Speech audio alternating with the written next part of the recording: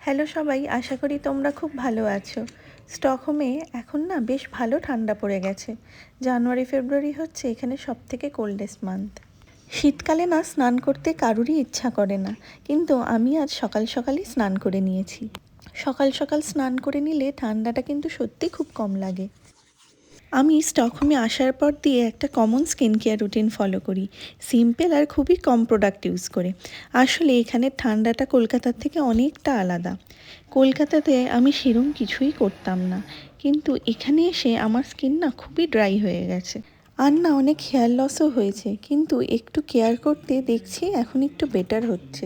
আমি বরাবরই মাকে দেখতাম সকাল সকাল উঠে স্নান করে আগে পুজো করতো, তারপর ব্রেকফাস্ট আর অন্য কাজ।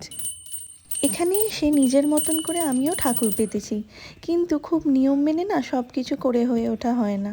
যতটা পারি ততটাই করি। আজ আমার ক্লাসটা একটু বেলায়, তাই সকাল সকাল উঠে সব কাজ সেরে পুজোটাও সেরে নিচ্ছি। আজ আর ব্রেকফাস্ট করব না, কারণ ইভিনিং অবধি ক্লাস তো, তাই ডিরেক্ট লাঞ্চই করে নেব। কাল ক্লাস থেকে ফেরার পথে পেঁয়াজকলি কিনে নিয়ে এসেছিলাম। মায়ের হাতের পেঁয়াজকলি দিয়ে রুই মাছের ঝোল খেতে আমি খুবই ভালোবাসি, তাই আমিও বানিয়ে নিয়েছি। চলো আজ এইটুকুই, দেখা হবে নেক্সট ভিডিওয়ে। টাটা।